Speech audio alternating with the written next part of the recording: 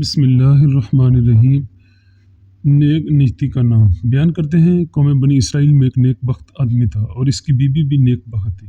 بس اللہ تعالیٰ نے اس زمانے کے نبی کی طرف وحی بھیجی کہ فلاں نیک بخت بندے سے کہو کہ میں نے تیری نصف عمر میں تجھ کو مالدار تجویز کیا ہے اور آدھی عمر میں تجھ کو فقیر قرار دیا ہے۔ بس اگر وہ جوانی میں مالداری کو اختیار کرے تو میں اس کی جوانی میں مالدار کروں اور بڑھاپے میں اس کو فقیر کر دوں گا، اور اگر وہ مالداری بڑھاپے میں پسند کرے تو میں اس کو بڑھاپے میں مالدار کر دوں گا اور جوانی میں اس کو فقیر رکھوں گا۔ چنانچہ نبی علیہ السلام نے اس آدمی کو اس بات کی اطلاع دی۔ وہ اپنی بیوی کے پاس آیا اور اس کو اس واقعے کی خبر دی اور اس سے کہا، میں اس معاملے میں تو کیا چاہتی ہے؟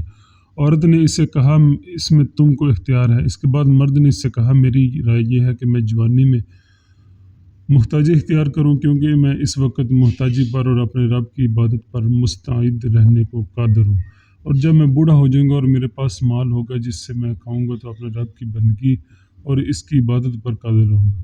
یہ سن کر اس کی بیوی نے کہا، اے شخص، اگر تو جوانی میں فقیر ہوگا تو طاعت الہی پر قادر نہ ہوگا، کیونکہ ہم روزیوں میں مشغول ہو جائیں گے اور طاعت الہی نہ کر سکیں گے، نہ صدقات ہی دے سکیں گے۔ ہاں، اگر ہم جوانی میں مالداری کو اختیار کریں گے تو عبادت پر قادر ہوں گے، کیونکہ اس وقت ہمارے جسموں اور ہمارے بدنوں میں قوت ہوگی۔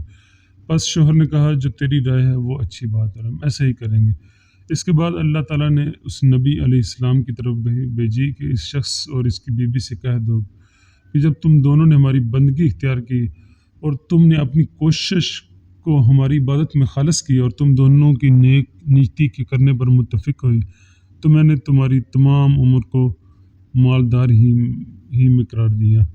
بس تم اور تمہاری بیوی میری اطاعت پر رہو اور جو چاہے صدقہ کرو، تم دونوں کا حصہ دنیا اور آخرت میں ہو، اور اللہ وہی مالدار اور محمود ہے۔